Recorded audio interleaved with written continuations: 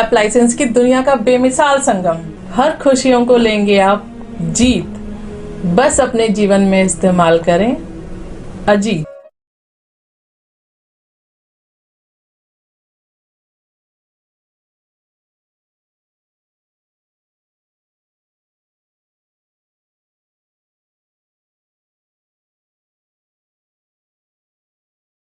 नमस्कार, आदाब, सत श्री अकाल। मैं शोएब सलमानी, मेरे साथ आप देख रहे हैं एनबीटीवी भारत न्यूज चैनल। इस समय हम बैठे हैं कांग्रेस के वरिष्ठ नेता साकिर अली जी के पास, जो उत्तर प्रदेश के प्रभारी भी हैं, क्योंकि राहुल गांधी ने भारत जोड़ो यात्रा का शुभारंभ कर दिया था। तो उस यात्रा को लेकर जो है इनसे चर्चा करेंगे, हम बातचीत करेंगे किस तरीके की यात्रा है और क्या इस यात्रा का उद्देश्य है। जी आदाब सलमानी साहब, नमस्कार। देखिए, यात्रा का उद्देश्य तो अब तो काफ़ी वक्त गुजर चुका। राहुल जी लगभग 1.5 महीना पैदल चल चुके हैं और लोगों ने इन द सेंस कि ये जो संघी हैं, जो देश के ख़िलाफ़ रहे हमेशा, उन लोगों ने इसे सोचा था कि मजाक में लिया जाए, ये बच्चों का खेल है। उन्हें क्या पता सत्याग्रह, उन्हें क्या पता यात्रा, उन्हें क्या पता आंदोलन। वो तो चोर और ठग लोग हैं, झूठे लोग हैं। तो राहुल जी ने इस चीज़ का निर्णय इसलिए लिया था क्योंकि आप जैसे होनहार और मजबूत पत्रकार बहुत कम हैं जो सिस्टम के ख़िलाफ़ न्यूज़ को दिखा सकें। सिस्टम के ख़िलाफ़ इन द सेंस कि जनता का जहाँ शोषण हो रहा है वो दिखाना बड़ा मुश्किल काम होता है, क्योंकि उससे सरकार की बदनामी होती है। और सरकार एक किरदार की तरह है, अभी उसने किया तो कुछ नहीं है, बस चीज़ों को बेच देना, चीज़ों को कहीं भी किसी को सेल आउट कर देना, कहीं भी कमीशन करवा देना, इस तरह के कामों में वो लिप्त हैं। तो राहुल जी ने कहा कि आप मत दिखाओ, मैं अकेले कन्याकुमारी से कश्मीर तक पैदल चलूँगा, जनता के बीच जाऊँगा और टूटे हुए दिलों को जोड़ूँगा।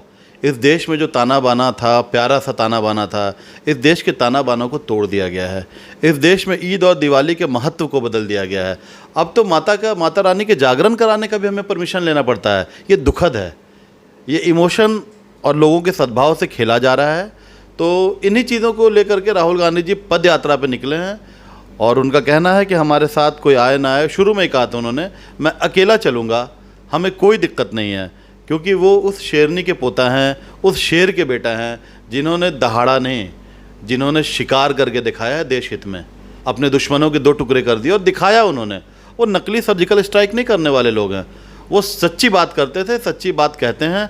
आज भी राहुल जी जब चलना शुरू किए तो मीडिया, वहाँ नेटवर्क बंद कर दिया जा रहा है, वहाँ इंटरनेट कट कर दिया जा रहा है, फिर भी आप इस दौर में लोगों को रोक नहीं सकते हैं। वो रिकॉर्डिंग करके डाल रहे हैं, तो आपको पता चल रहा है कि 2.5 3 किलोमीटर जो ब्रिज है पानी के ऊपर, बड़ा वायरल हुआ था ये। उस ब्रिज पे एक भी कदम रखने का जगह नहीं था और वो बिकी हुई ख़रीदी हुई जनता नहीं थी। वो गरीब मजदूर को ठग के नहीं लाया गया था, वो वहाँ के पढ़े लिखे लोग, साउथ इंडिया के लोग, जो भले स्टेट का साइज़ छोटा हो, एमपीज़ कम आते हों, लेकिन वहाँ 100% लिटरेसी है। वो सोच समझ के बात करते हैं। और पुल पे, उस ओवर ब्रिज पे कदम रखने का जगह नहीं था जहाँ राहुल जी चल रहे हैं। लाखों की तादाद में लोग उनके पीछे चल रहे हैं, बिन बुलाए। 80 साल 90 साल के बुजुर्ग चल रहे हैं, बच्चे चल रहे हैं, जो रोज़ वीडियो वायरल हो रहा है, आप भी देख रहे होंगे। साकिर जी, आप कह रहे हैं भारत जोड़ो यात्रा को लेकर राहुल जी चल रहे हैं, यात्रा भी लगभग सफल होती दिखाई दे रही है, आपका कहना है। मगर भारतीय जनता पार्टी के नेता, कुछ नेता इस पर यह भी कह रहे हैं, पहले कांग्रेस परिवार तो जोड़ ले, जब तो भारत जोड़ेगी। परिवार जोड़ नहीं रहा है। उन्होंने साफ तौर पर कहना था, गुलाम नबी आज़ाद का उन्होंने उदाहरण दिया, उस पर आप क्या कहेंगे? ये तो अजीबोगरीब बात हो गई। देखिए, सियासत इंसान की अपनी पसंद होती है। जिस इंसान को जहाँ जो करना, आज हमारे बहुत सारे कांग्रेस से निकले हुए कार्यकर्ता, उनके यहाँ बड़े बड़े नेता बने हैं, उनके यहाँ केंद्रीय मंत्री बने बैठे हैं, जो यूथ कांग्रेस से राजनीति शुरू करी थी। तो ये तो आदमी का व्यक्तिगत चीज़ होता है। हमारे यहाँ से कोई जा रहे हैं, कुछ उनके यहाँ से आ रहे हैं, और हम तो चाहते हैं कि गंदगी जहाँ की हुई हो, जो वहाँ जहाँ जाना चाहें वो चली जाए। राहुल जी कहते हैं हमें कोई फ़र्क नहीं पड़ता है, जिसे जहाँ जाना है जाने दो, जिसे जाना है जाने दो, सब राहुल के साथ नहीं चल सकते। एक शेर भी हमारे नेशनल चेयरमैन इमरान प्रताप गढ़ी साहब ने कहा था कि बुज़दिल खुल के साथ नहीं चल सकते, बुज़दिल खुल के साथ नहीं चल सकते, कांटे गुल के साथ नहीं चल सकते, जिन्हें जाना है उन्हें जाने दो, सब राहुल के साथ नहीं चल सकते। तो आज़ाद साहब एक बहुत बड़े नाम है, देश के बहुत बड़े लीडर रहे हैं, उनकी क्या मजबूरी रही, इसका जवाब तो वही दे पाएंगे। लगातार परिवारवाद का भी कांग्रेस पे आरोप लगता आ रहा है, मगर इस बार जो है परिवारवाद से हट के अध्यक्ष बनाया गया है। किस तरीके की रणनीति कांग्रेस की है आने वाले चुनाव को लेकर? देखिए, ये तो आरोप प्रत्यारोप तो राजनीति में लगती रहती है। कांग्रेस में ऐसा कभी नहीं रहा परिवारवाद। कोई जय शाह तो कोई कांग्रेस के हैं नहीं, जय शाह कंटिन्यू कर रहे हैं एज अ सेक्रेटरी। भारत सरकार का सबसे बड़ा जो ऑर्गेनाइजेशन है, उसमें क्रिकेट का जो यूनियन है ऑर्गेनाइजेशन में, वो सेक्रेटरी कंटिन्यू कर रहे हैं, वो सरकारी पद पे बैठे हैं, मालिक बन के बैठे हैं।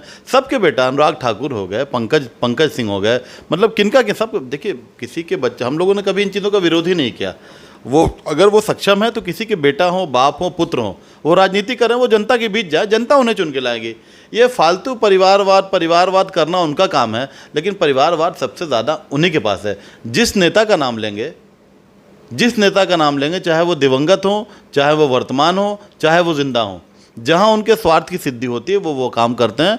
कांग्रेस को सिर्फ बदनाम करने की बात करते हैं। भाई कांग्रेस पार्टी में गांधी परिवार से प्रधानमंत्री की अगर लालच होता, वो बनना चाहते तो राहुल जी 2010 में प्रधानमंत्री बन जाते।